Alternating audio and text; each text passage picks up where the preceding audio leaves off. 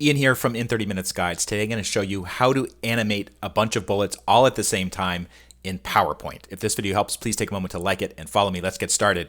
This is the same in PowerPoint for Windows or PowerPoint for Mac. All you need to be doing is just using the most recent version of PowerPoint. So this is PowerPoint 365 for Microsoft Office. Go to the slide that you want to animate, find the bullets. So this is all in one field. Then you need to go to the animation slide tab. Click on that.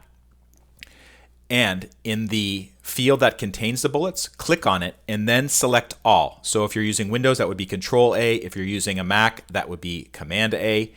And then select Fly In or Dissolve In or Checkerboard or whatever animation you want to use. So I'm just going to use Fly In. And it does a little preview. You'll see the number 1 next to each one of these. That means this is the first animation on the page.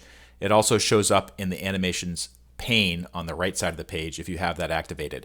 Now it's important to always test out these things, so let's take a look. Go to slideshow, go to play from current slide. This is the presenter view, by the way. So I'm going to click the PowerPoint clicker or use your mouse or use your arrow key on your keyboard, hit it once, and you can see they all appeared at the same time. If this video helped you out, please take a moment to like it and follow me. And also, if you go to in30minutes.com, we have a guide to PowerPoint that covers stuff like this called PowerPoint Basics in 30 Minutes by author Angela Rose. It's available in PDF, Kindle, paperback, etc. Check it out, and thank you so much for watching.